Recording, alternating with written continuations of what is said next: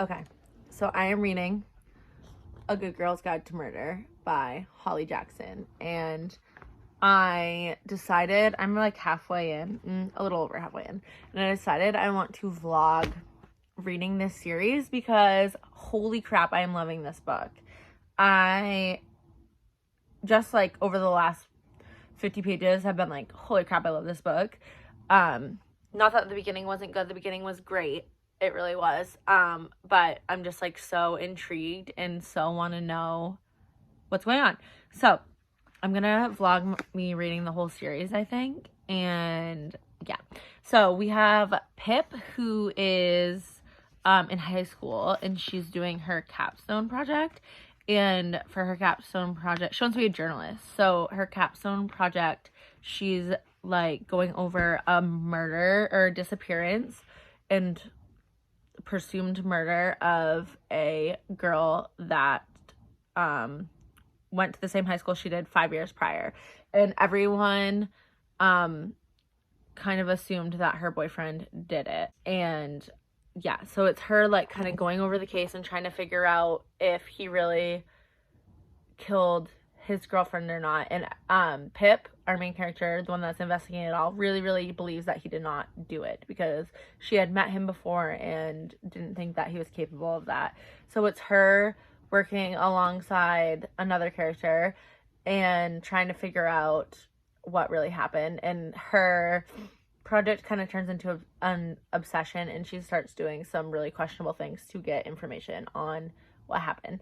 And I'm just loving it so far. I feel like this is my perfect type of mystery where like you get just enough of the character's life to like make you like and appreciate them as a character, but there's like so much mystery happening. You find out so much in each chapter of what's going on. You're never like bored just waiting for the mystery to kind of keep going. Sorry if it's shaking, I'm holding it.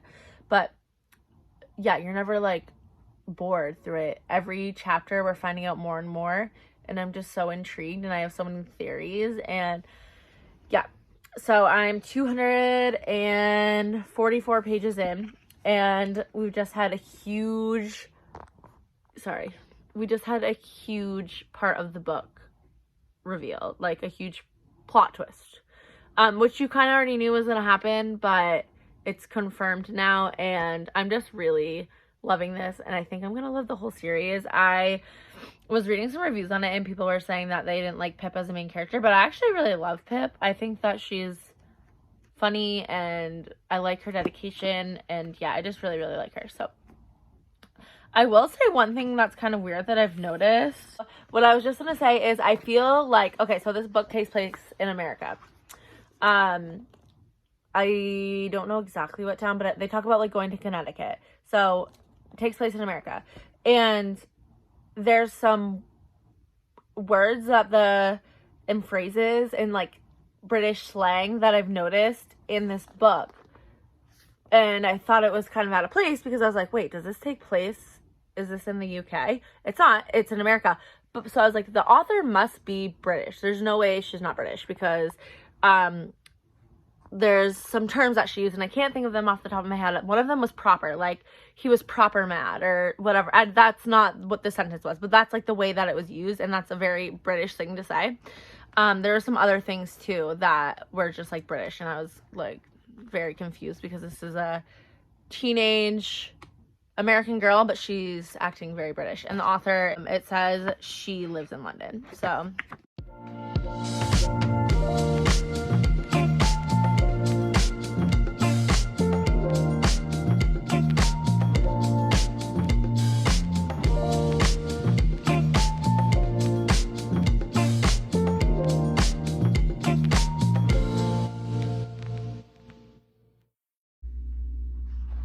okay, so I'm at part 3, and we just found out a lot of stuff, and I'm nervous for Pip because I know that she is full in and she's gonna get herself in some dangerous situations, but we'll see what happens. I'm loving this book so far. I was hesitant because, and every time I heard about this book, I kind of was just like, my brain just shut off because I don't typically like YA mystery thrillers. But after hearing so many good things about it, I decided to give it a try, and I'm so glad I did because right now I think this might be a 5-star. We'll see. The ending obviously is going to make or break it, but we'll see what happens. So I'm going to keep reading now.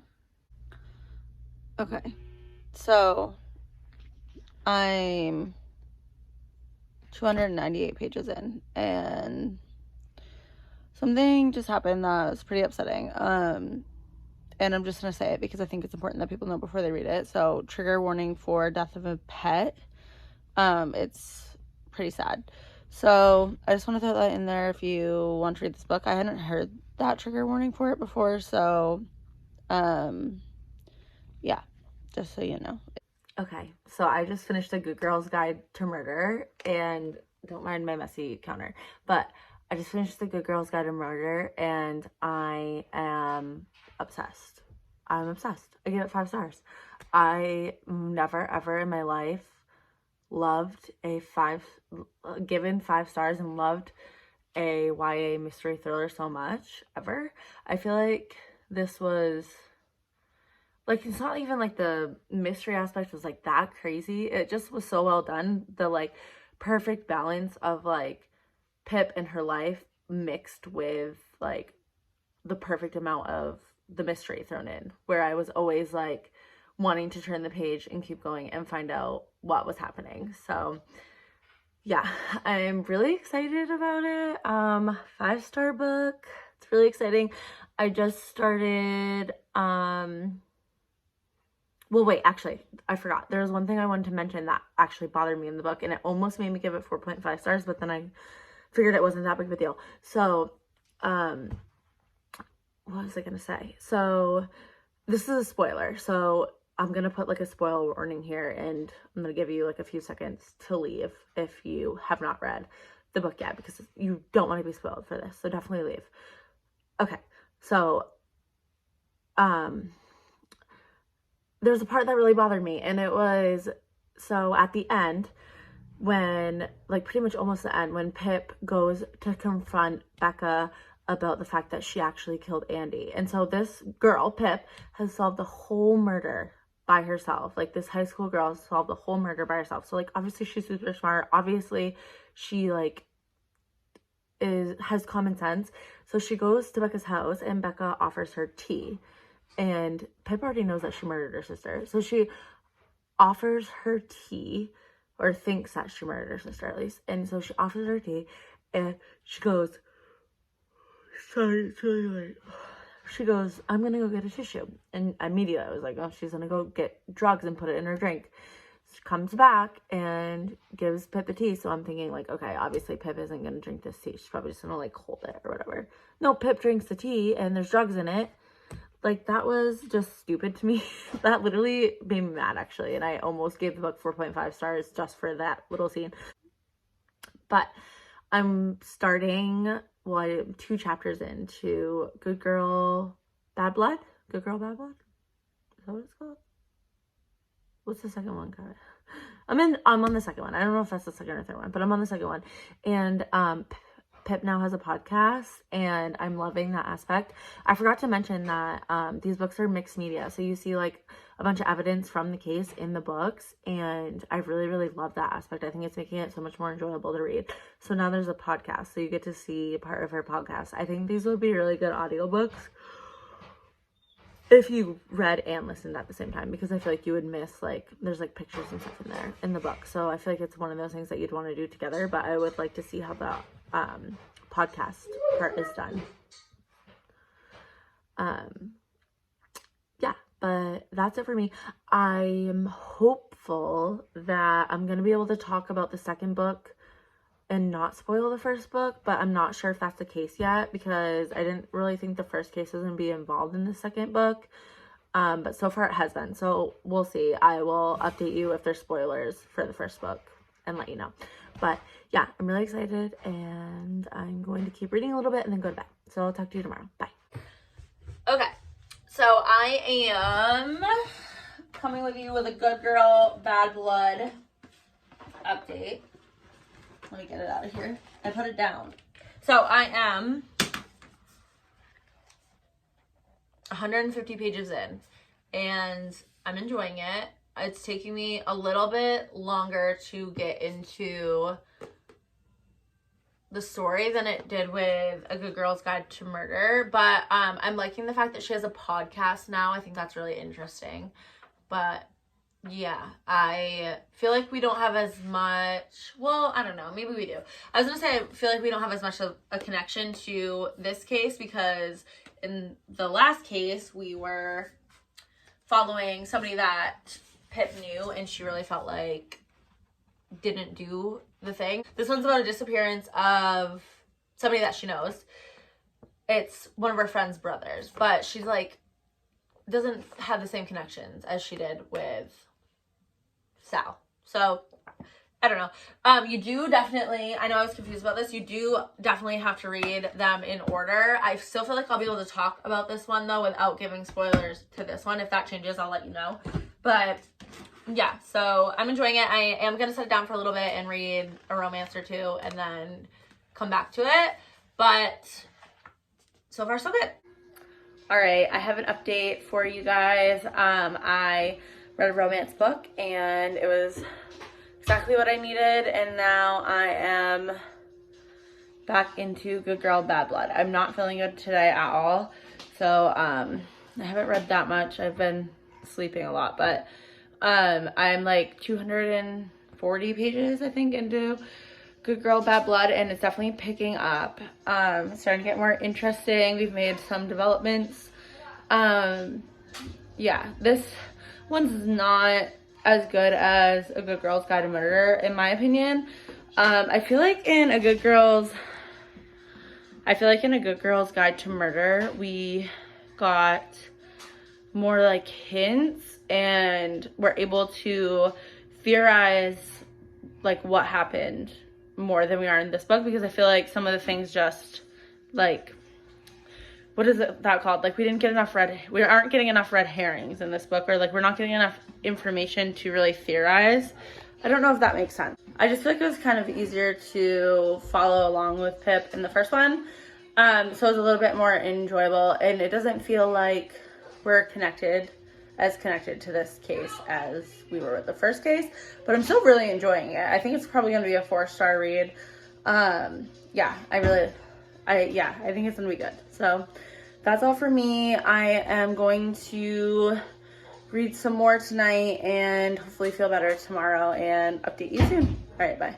Okay, so I finished Good Girl, Bad Blood last night and giving it 4 stars. It was definitely still really, really good. Not quite as good as the first one, I think. It was just a little bit slow moving in the beginning, but once it like picked up, it really, really picked up. And the last 100 pages were like crazy, and I felt like I definitely got like kind of creeped out at couple points. But yeah, I actually really enjoyed it. There was a part that was brought up though, and I can't say what it is because it's spoilers, but there was a part that was brought up that was like a part of the case, but it wasn't brought up until, it was like the reason why everything happened, and it wasn't brought up until the very, very end. So I kind of wish that was like worked into the story sooner, because like I said, it was kind of hard to like theorize in this one and try to solve it with Pip, and I feel like if we would have brought in that aspect of the book sooner, it would have been easier to do that and like a little bit more fun to try to like solve what was going on with her. But you didn't find out this part of Pip didn't find out either, but you didn't find out until the very end about it. So I kind of wish that was woven in more, but other than that, I really, really enjoyed it. The last little bit of the book, some crazy stuff happened, and yeah, so I started the third one last night, and I am 70 pages in, and again, I feel like it's a little bit slow moving in the beginning. Pip is dealing with a lot right now. We haven't even really been introduced to the case yet much, but so this I think is going to be Pip trying to solve like a case of her own about herself. She keeps getting a message from someone who is saying, who's going to find you when you disappear. So she's trying to figure out who that's coming from, and I think that's what the case is going to be about. So yeah, a little bit slow moving. Pip's dealing with a lot of trauma from what happened at the end of the last book, so that's pretty hard to read about, but it's still enjoyable. It's just not as like lighthearted. Not that they were lighthearted, they're literally about murder, but I don't know. The other ones felt a little bit more lighthearted than this one. So yeah. Going well so far. I'll update you more soon, but I'm really loving this series so far. So yeah. Good morning. I am actually at my sister's house today because I am dog sitting for her while they are away. But my plan is to read my book as much as I can in over like the next 3 hours before I leave here. And so I'm like 150 pages in and it's going well now. We're like really getting into what the plot of the book is going to be. So Pip is being stalked, and her trying to figure out who is stalking her is kind of turned into her trying to solve another case. And it's getting interesting. It's definitely going in a place I didn't expect it to go. I'm excited to see what happens next. So I'm going to read for the next few hours and then I'll update you.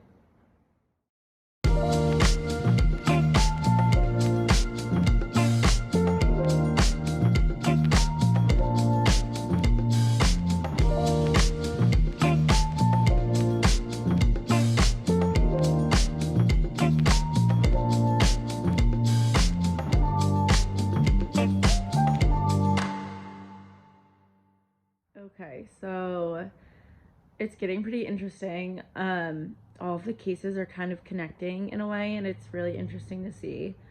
And something really crazy just happened, and I want to keep reading, but I have to go back to my house. So I bought the audiobook, and I'm going to listen to it on the drive because I am not going to be able to stop reading this book all day, and I have things I need to do. So I'm going to switch to the audio so I can keep going.